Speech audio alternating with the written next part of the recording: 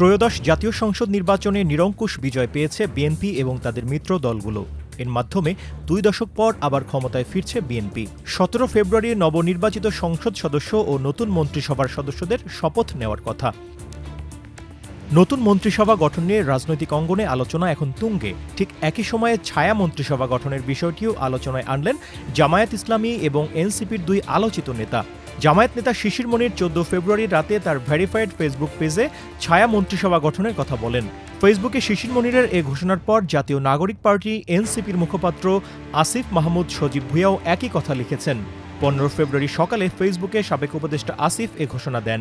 বিষয়টি নিয়ে রাজনৈতিক মহল ও সামাজিক যোগাযোগ মাধ্যমে চলছে আলাপ আলোচনা। কিন্তু ছায়া মন্ত্রিসভা আসলে কি, কাদের নিয়ে এটি গঠিত হয় এবং তাদের কাজই কি? ছায়া মন্ত্রিসভার ধারণাটি মূলত যুক্তরাজ্যের সংসদীয় ব্যবস্থার অনুরূপ। দেশটিতে বিরোধী দলগুলো সরকারকে নজরদারির জন্য ছায়া মন্ত্রিসভা গঠন করে থাকে। এই মন্ত্রিসভায় সাধারণত সংসদে বিরোধী দলের সদস্যদের বিভিন্ন মন্ত্রণালয়ের বিপরীতে দায়িত্ব দেওয়া হয়। তারা সংশ্লিষ্ট মন্ত্রণালয়ের নীতি, বাজেট ও কার্যক্রম বিশ্লেষণ ও সমালোচনা করেন এবং প্রয়োজনে বিকল্প প্রস্তাব উপস্থাপন করেন। ছায়া মন্ত্রিসভা নিয়মিতভাবে সরকারের কার্যক্রম পর্যবেক্ষণ করে থাকে। বর্তমানে বিশ্বের অনেক উন্নত ও উন্নয়নশীল দেশে এ ধরনের মন্ত্রিসভার চর্চা রয়েছে। ছায়া মন্ত্রিসভার সবচেয়ে শক্তিশালী ও প্রাতিষ্ঠানিক রূপ দেখা যায় যুক্তরাজ্যে।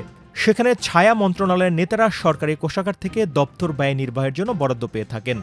অস্ট্রেলিয়াতেও ব্রিটিশ আদলে ছায়া মন্ত্রিসভার চর্চা রয়েছে। সংসদের বিরোধী দলের নির্বাচিত সদস্যদের সমন্বয়ে এই মন্ত্রিসভা গঠিত হয়। নিউজিল্যান্ডের বিরোধী দল নিয়মিত ছায়া মন্ত্রিসভার মাধ্যমে সরকারকে চাপে রাখে। দেশের বর্তমান রাজনৈতিক কাঠামোতে এমন কোনো বাধ্যবাধকতাও নেই। তবে রাজনৈতিক বিশ্লেষকরা অনেক সময় মনে করেন, ছায়া মন্ত্রিসভা চালু হলে সংসদীয় গণতন্ত্র আরও শক্তিশালী হতে পারে। মেহেদী হাসান, প্রথম আলো।